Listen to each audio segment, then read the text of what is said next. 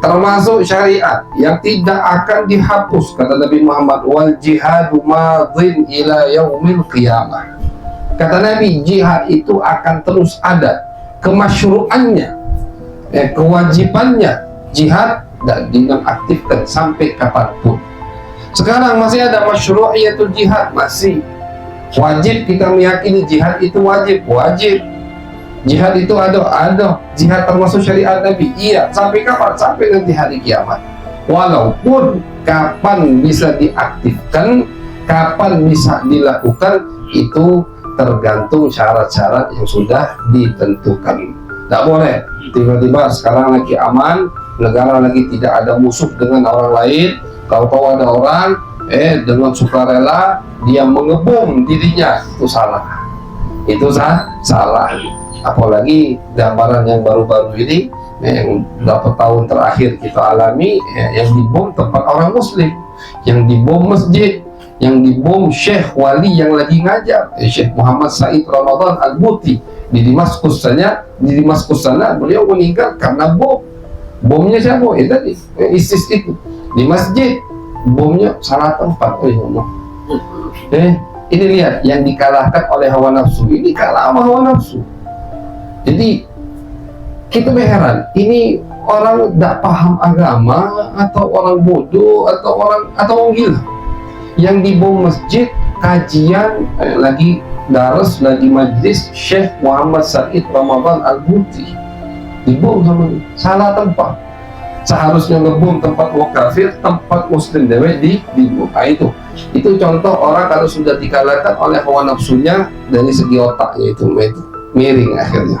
Jadi tetap kita yakin jihad itu wajib, tapi kapan bisa dilaksanakan itu menurut harus mengikuti apa yang sudah diterapkan oleh syariat Islam. Syarat-syaratnya tertentu, yang dilawan betul orang kafir, bahkan sebelum dilawan harus ditanya lagi, benar tak dia ini kafir? Sahabat Nabi lihat di zaman Nabi atau setelah zaman Nabi, ketika mau memerangi satu kelompok, tidak langsung mereka serbu, dengar dulu ada azan tidak di situ. Kalau ada azan berarti mereka sudah muslimi, jangan sampai. Dikirim dulu utusan, dipastikan lagi betul apa mereka itu kafir atau betul mereka murtad misalkan. Sudah yakin betul murtad, betul kafir, ditawari lagi masuk Islam.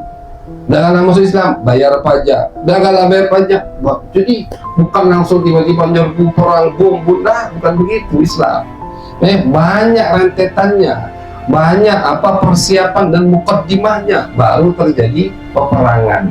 Itulah peperangan yang diterapkan oleh Nabi kita, Nabi besar Muhammad Sallallahu Alaihi Wasallam. Jadi, dan orang kafir berusaha pengen Nabi Muhammad itu dituduh dengan Nabi yang suka darah, yang haus darah. Itu orang kafir. Padahal kalau dibandingkan peperangan Nabi atau peperangan Islam dengan peperangan yang terjadi dari misalkan dari kaum Romawi Yunani, atau dari kaum Yahudi, atau dari kaum Persia, itu jauh lebih sadisan mereka. Jadi kalau sekarang Israel melawan Palestina, kurang sadis apa itu?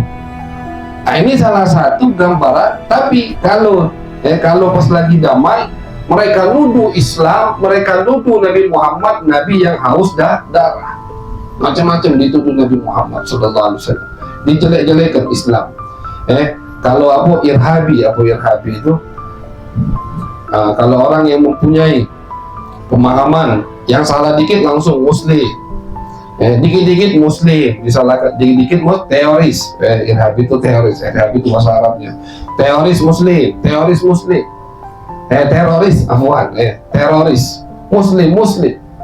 dinisbatkan terus setiap ada pertumpahan darah kepada muslim. Buktinya sekarang lihat, itu Yahudi itu yang haus darah, yang tidak tahu aturan. Coba lihat aturan Nabi Muhammad ketika jihad di jalan Allah. Kata Nabi, awas kalian, kalau Nabi tidak pergi, Nabi mengirim pasukan, itu wasiat Nabi panjang.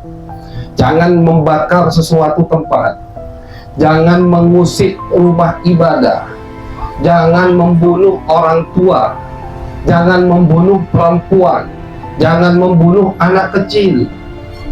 Orang yang mengurung dirinya dalam rumah jangan diserbu. Itu Nabi. Aturan Nabi itu tidak boleh semua. Tempat ibadah, takdis, ini walaupun mereka sesat di gereja atau Yahudi di tempat ibadah yang sesat jelas, cuman ini kan syekh mu'adzam. Dan Nabi azim, Nabi yang mulia, memuliakan sesuatu yang dimuliakan oleh orang lain, dimuliakan sama Nabi.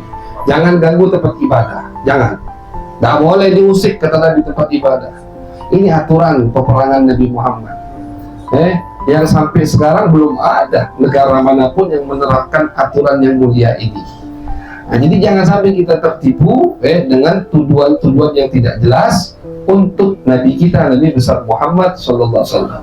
Berapa ratus ribu dari mulai perang Israel sama Palestina yang ini yang sekali ini saja, tidak usah dihitung dari awal. Yang sekarang ratusan ribu atau ribuan yang sudah meninggal, ratusan ribu yang terluka parah. Coba lihat peperangan Nabi Muhammad. Al-Imam Al-Mutawalli Sya'rawi dalam kitabnya Ghazawatun Nabi SAW, beliau ngitung peperangan Nabi dari Nabi awal diizinkan untuk berperang sampai Nabi meninggal, itu jumlah yang terbunuh hanya 1000 orang dari orang kafir.